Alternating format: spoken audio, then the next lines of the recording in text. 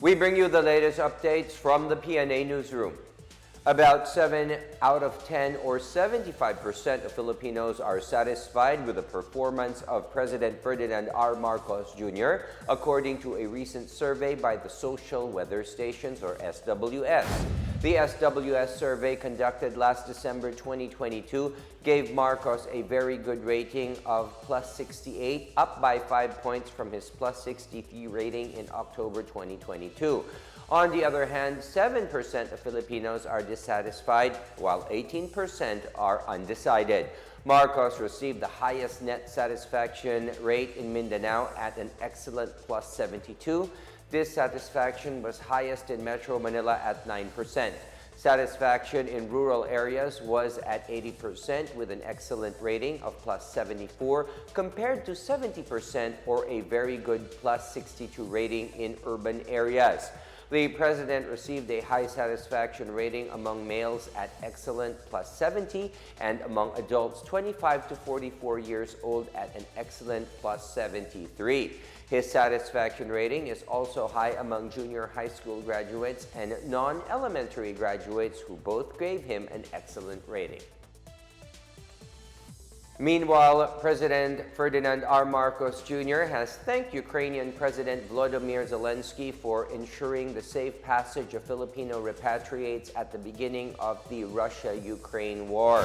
The Department of Foreign Affairs said the president showed his gratitude during the two leaders' phone conversation on February 13. The DFA has assisted a total of 451 distressed Ukraine-based Filipinos since the war started. 397 Filipinos have been repatriated to the Philippines, while 54 others were evacuated to other countries. About 380 Filipinos are staying in Ukraine as of June 2022. The Philippine Embassy in Warsaw, Poland, and the Honorary Consulate General in Kiev, Ukraine, are constantly monitoring the conditions of Filipinos who opted to remain there. In the phone call, Marcos expressed the Philippine support for the peaceful resolution of the crisis in Ukraine. For his part, Zelenskyy requested for continued support from the Philippines in the United Nations and other related fora as he expressed hope for the future of Philippines-Ukraine relations. Patients undergoing hemodialysis will now have additional free sessions from PhilHealth.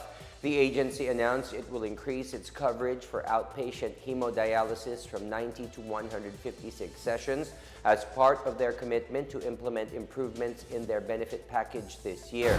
PhilHealth President and CEO Emmanuel Ledesma Jr. said the increase in the number of sessions covered is based on sufficient dialysis guidelines, which calls for 3 4-hour sessions per week for chronic renal disease stage 5 patients. PhilHealth intends to release the new policy officially before August, as the present 90 sessions may end around that time or in the second semester of the year. Similarly, Ledesma encourages concerned members to seek different renal replacement therapy in order to improve the quality of their lives. He said PhilHealth is offering peritoneal dialysis patients with 270,000 pesos in financial assistance. PhilHealth also pays up to 600,000 for kidney transplant recipients. In other news, the Health Department reports their first case of COVID-19 Omicron subvariant XBF, a recombinant sublineage of BA.5.2.3 and CJ.1. While XBF has been associated in an increase in infections in Australia and Sweden, the Department of Health noted that the available research about XBF does not indicate any variations in illness severity and/or clinical symptoms when compared to the original Omicron variant. In its COVID-19 biosurveillance report, the lone XBF case in the country was found in a genome sequence on January 28 with a collection date of December 2022. Aside from XBF, 2 other occurrences of the Omicron subvariant XBB.1.5 were discovered based on genome sequencing results published between February 7 and February 9. The DOH said one of the 26 XBB cases found in the country was a returning overseas Filipino, and the rest were local cases from Cagayan Valley, Central Luzon, Calabarzon, Central Visayas, Northern Mindanao, Davao Region, and the National Capital Region. And that is the latest and the biggest stories from the Pna Newsroom. For more news content, visit our webpage or head on to the Philippine News Agency's Facebook and Twitter accounts.